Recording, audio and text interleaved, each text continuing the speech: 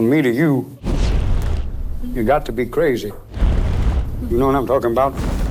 Full goose bozo. Because what is reality?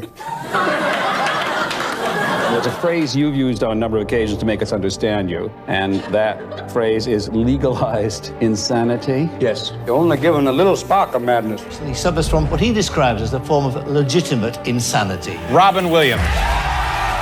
Don't ever lose that, because it keeps you alive. Stick around, Chief. You ain't seen nothing yet.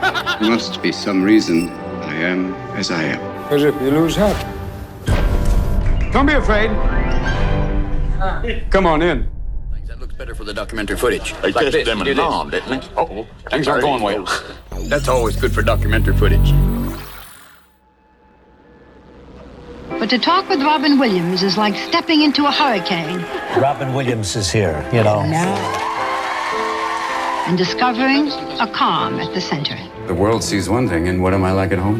Now I spend a lot of time in my room, and I created my own little world.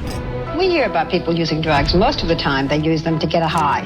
Yeah, for me, it was basically a great way of escaping. Robin Williams. The winner is Robin Williams.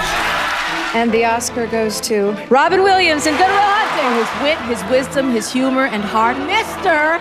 Robin, one and only, Williams. You're crazy. I am crazy. What is legalized insanity? I think that's one example. Do you have any special skills? I do voices. Yeah, with the new hair, I decided to change voices too. I want to help people. I want to learn about people. I want to help them with their troubles. The thing that matters are others, way beyond yourself. For some parents, when they're angry, they get along when they don't live together. Divorce meaning having your genitals torn out through your wallet. This week, I discovered a terrible Earth disease called loneliness. Do many people on Earth suffer from this illness? Sometimes you can't help but be depressed, Doug. Comic Relief has raised and distributed over $9 million. We're making $10,000 a minute. Was he losing his mind? Yes, absolutely. Loneliness is a disease of the spirit. People who have it think that no one cares about them. He was suffering from that debilitating brain disease. What's wrong with death, sir? What are we so mortally afraid of? Wow, reality, what a concept. It's too bad everybody down there can't get together and find a cure. Well, here's the paradox, sir, because if they did get together, they wouldn't need one. Whoa! Believe! Would you welcome Mr. Jonathan Winters? Can we talk briefly about some of the people who've influenced your work? Johnny Winters? Oh, yes, the king. Oh, he's the best. For me, he's the Buddha. You can't help wondering how his mind works, how he got this way. He grew up in affluence. Dad was an executive for Ford Motors, and Mom kept an active social calendar. Robin was their only child. He describes his childhood as quiet and lonely. Truth is, performed for my mother. It's a love me syndrome. And that's where performing came from. You good in school? Or were you acting up like this all the time? No, I was Which is great. I was kind of geeky in school. I was very quiet, very like, Wow, what are you guys doing? A very good student, as a matter of fact. yeah, cum laude society, the whole number. And the president of the class. But it turns out the only place the ladies were was the theater classes. Robin, I want to ask you all the dumb questions like, were you born like this? No. When did you know that you wanted at least to entertain, if not to be whatever you are? I think it was after high school. What made you decide that? I went to this improvisational theater class, and it was such fun that I decided to keep going. And something was so freeing about that I flunked out all of my political science courses. But did well in improvisational theater. Oh, amazing. Yeah, we did it. Oh, very well. And it was this beginning of getting laughs, especially around improvising, which I went, you literally can create it there in that space. Yep.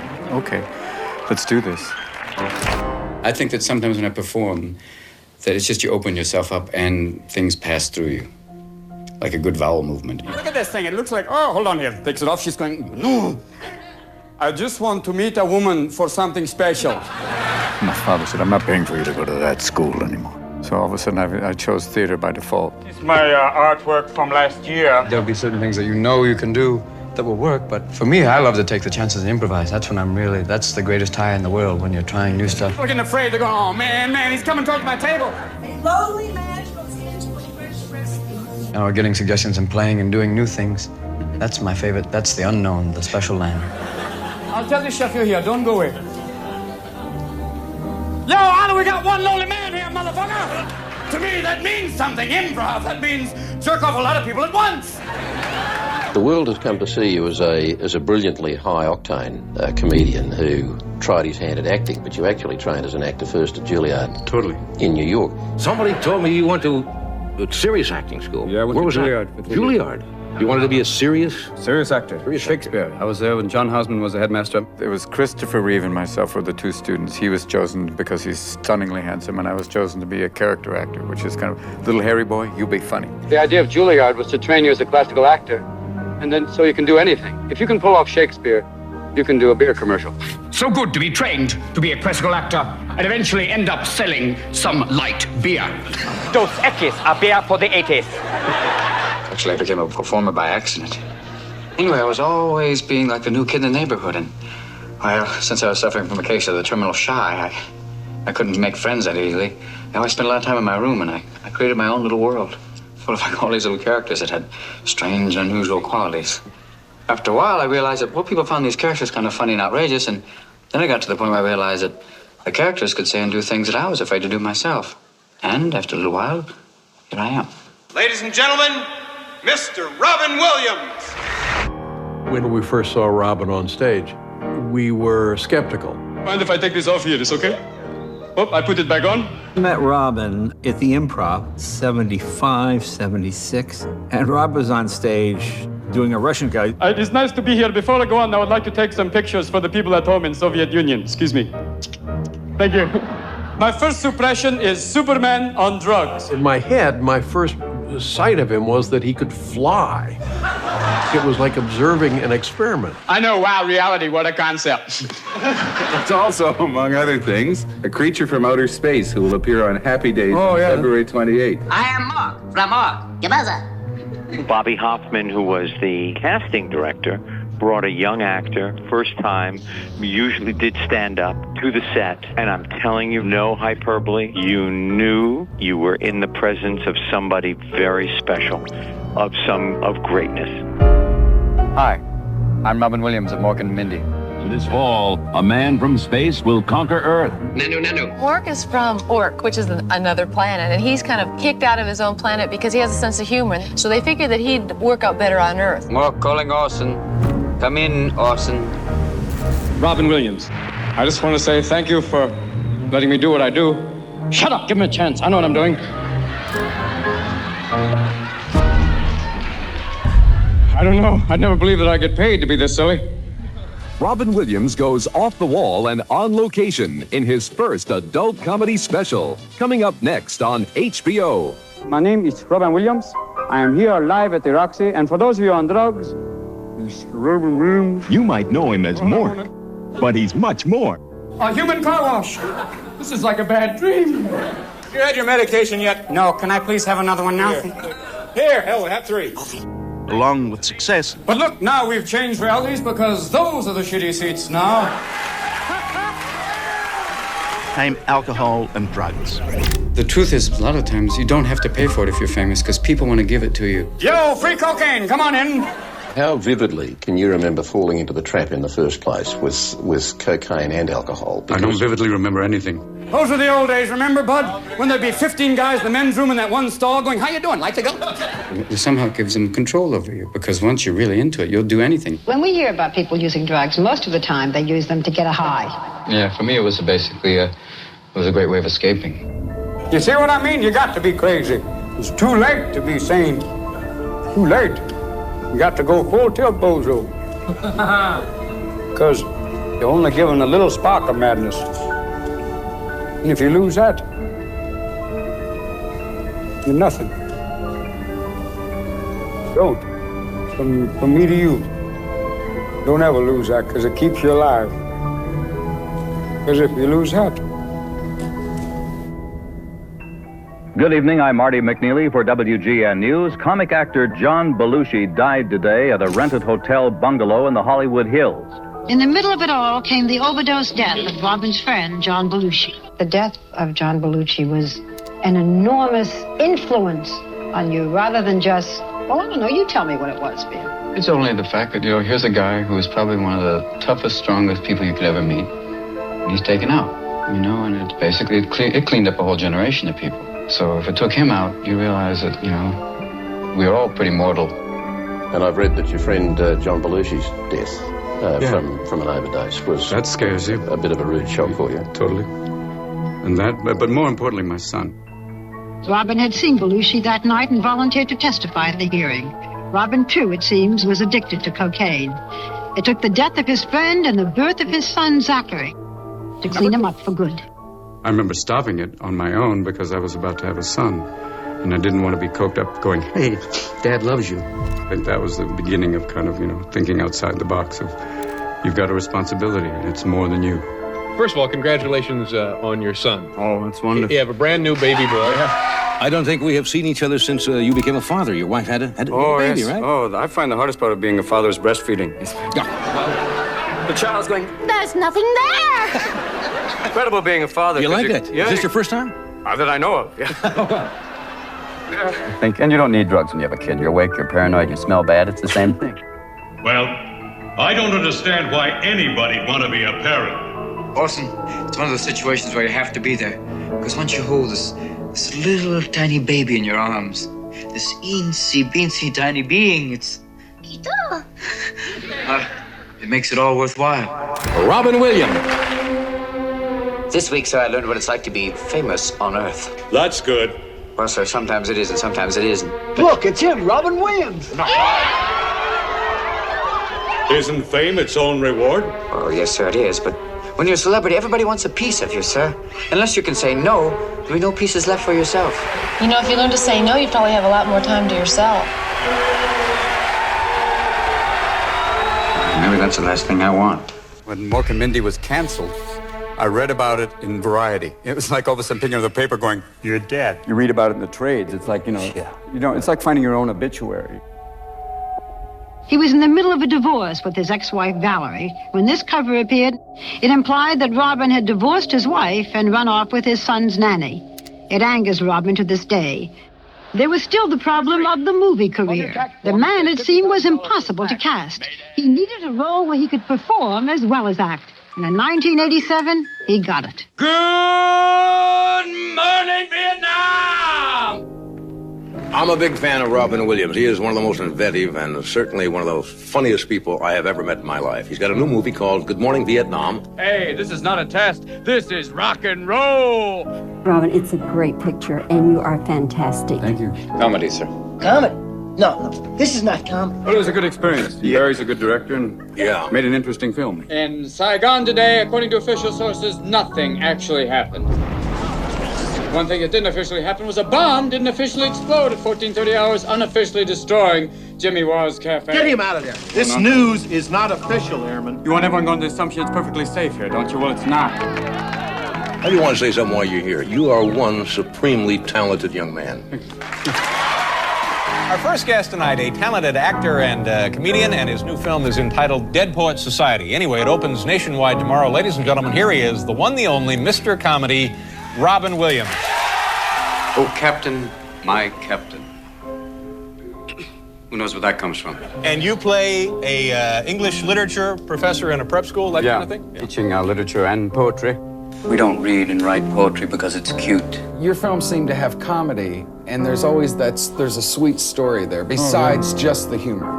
We read and write poetry because we are members of the human race, and the human race is filled with passion. This one has a soul that I found very powerful. It is a powerful story. It is titled Dead Poets Society. This is quite a performance for Mr. Williams. Carpe diem. Carpe diem. That seize the day. But like with this movie, it's something I'm proud of. I love it. I love what it's about, and it's something I put my heart in. Because believe it or not, each and every one of us in this room is one day going to stop breathing, turn cold, and die. My father, when I was young, he was a vice president of Lincoln Mercury. My mother, really funny, terminal optimist. Everything is wonderful, beautiful.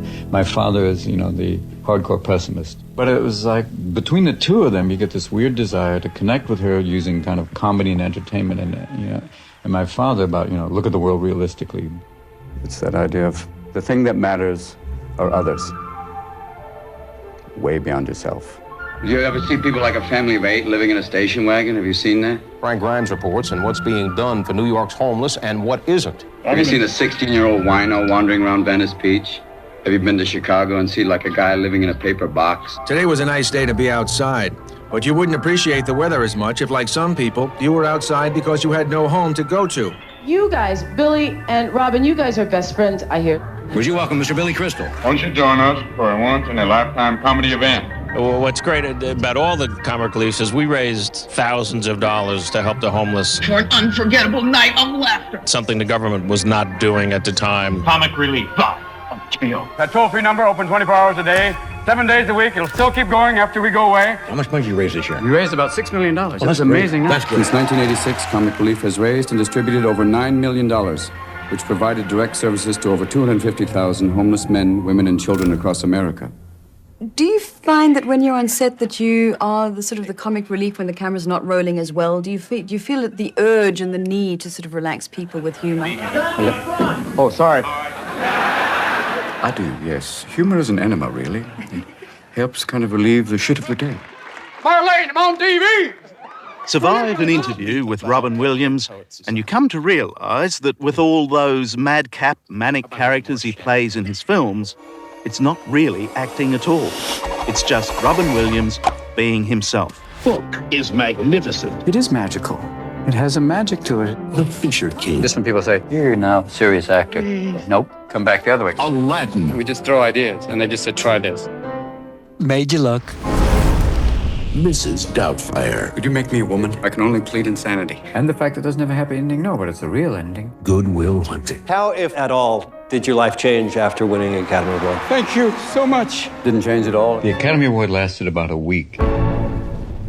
What dreams may come. Full of all these intense emotional scenes. My wife committed suicide. 1 hour photo to smooth insomnia. Come on! You did this to me! I don't mean to kill her, Will. I don't know if you can actually define Robin Williams. Oh, Mom, you're gonna do this! The plane has crashed into one of the towers. Courage is not freedom from fear. It's being afraid and still going on. Robin Williams! Get across with comedy is something that you couldn't talk just straight at, especially now with what's going on.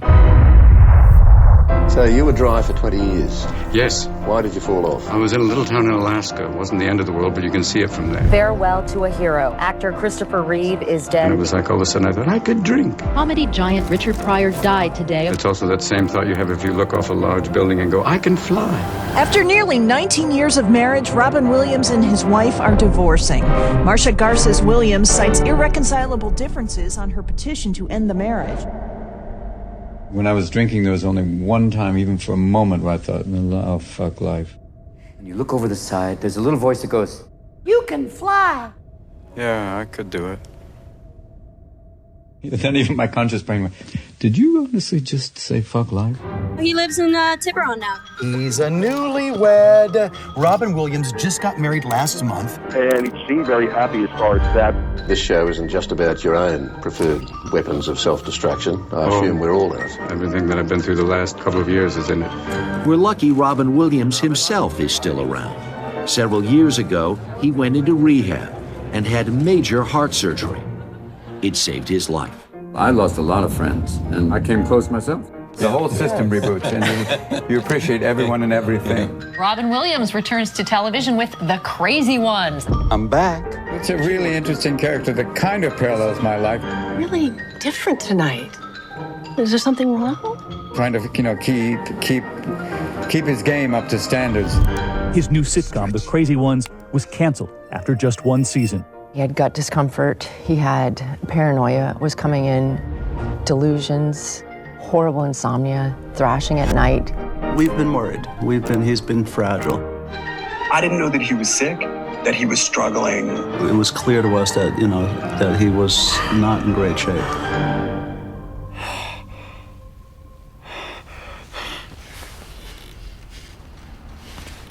I've always tried to make sense of things. There must be some reason I am as I am. Would you ever want to try to connect with someone from the dead, and if so, who? From the dead? I don't know. Robin was losing his mind, that he was aware of it, and not from something he would ever know the name of or understand. Just to talk to the other side, what's it like? I don't know. It's very hot. Where are you? It's like Miami, really. He had a slow shuffling gait, his left arm, he had cogwheel rigidity, tremor in his left hand, the Parkinsonian mask, weakened voice, which was crushing for him. You know, it was torturous, you know? I don't know. No, I've never really. It's all a mystery. Yeah, it's a mystery, yes. This is unusual and upsetting, but we got some news. During the show that Robin Williams has passed away. People around this country, and for that matter, around the world, are reacting tonight to the terrible news of the death of Robin Williams. I'm sorry to anyone in our studio audience that I'm breaking this news. This is absolutely so upsetting on every level. Comedian Robin Williams was found dead this morning inside his Northern California home in what the Sheriff's Department calls an apparent suicide. Did you think it would come to this? No. I mean, he was getting so much love and support all around him. I mean, for me, you know, there's no making sense of any of this. 3 months after his death, autopsy reports diagnosed Williams with diffuse Lewy body dementia, an incurable brain disease that mimics the effects of Alzheimer's and Parkinson's. Most people think your husband killed himself because he was depressed. No, Lewy body dementia killed Robin. There are over 40 symptoms for LBD, and Robin had nearly all of them. Was he losing his mind? Yes, absolutely, and he was aware of it. He had this form of dementia. I witnessed it. It was diagnosed as Parkinson's. Tonight, the tributes pouring in from around the world, the memorial growing outside this home in Boulder, Colorado. On the Hollywood Walk of Fame, fans left tributes to one of the industry's biggest stars. Waves are rippling through Hollywood in the wake of Robin Williams' death. The message, Robin, you'll be missed. It wasn't depression, it wasn't career, it wasn't... His brain was giving him misinformation, complete misinformation. The numbers on this are simply staggering, that more than 1 million people suffer from this condition, and we don't often know until after they die. That's right, and living with this disease is so devastating. Hallucinations, anxiety, paranoia. Susan told us that in the final months, there were moments when Robin was so paranoid and so fearful, he wouldn't even leave his room. And in the midst of that, he was still trying to help everybody and do what he does, you know, but he was suffering. Well, sir, I don't know how much value I have in this universe, but I do know that I made a few people happier than they would have been without me. And as long as I know that, I'm as rich as I ever need to be. So I'll catch you on the rebound, your magnitude. Until next week, Nanu, Nanu. This is, of course, Robin Williams. That's one of my...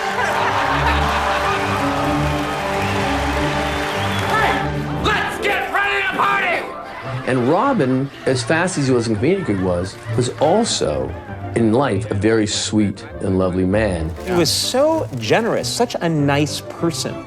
He was a genius, and he was always incredibly kind to everyone and made everybody feel as if they were an equal. Don't be afraid. Keep with us. For almost 40 years, he was the brightest star in a comedy galaxy. He comes in like a hurricane. There seemed to be a fluid logic to what he was doing, known only to himself. He was one of those people who made comedy take a turn. People were drawn to him because of this electricity, whatever it was that he radiated that powered him. He helped raise $50 million for the homeless through comic relief. For me, it was just a great thing to let them know, number one, they're not forgotten. Every human being has an impact on another. But while some of the brightest of our celestial bodies are actually extinct now, their energy long since cooled, but miraculously, because they float in the heavens so far away from us now, their beautiful light will continue to shine on us forever. This is so much fun. I'm not scared anymore. No, well, why should you be? Well, you're right. This is fun. You're only given a little spark of madness. And if you lose that, you're nothing. Don't ever lose that, because it keeps you alive. Captain, my captain. That's my only love. Crazy. And the glow will be so bright, it'll make your eyes glisten, and you'll think to yourselves, come on, pal. You're not afraid, are you? reality. What a concept. Robin Williams. What a concept. Nah. Fuck it.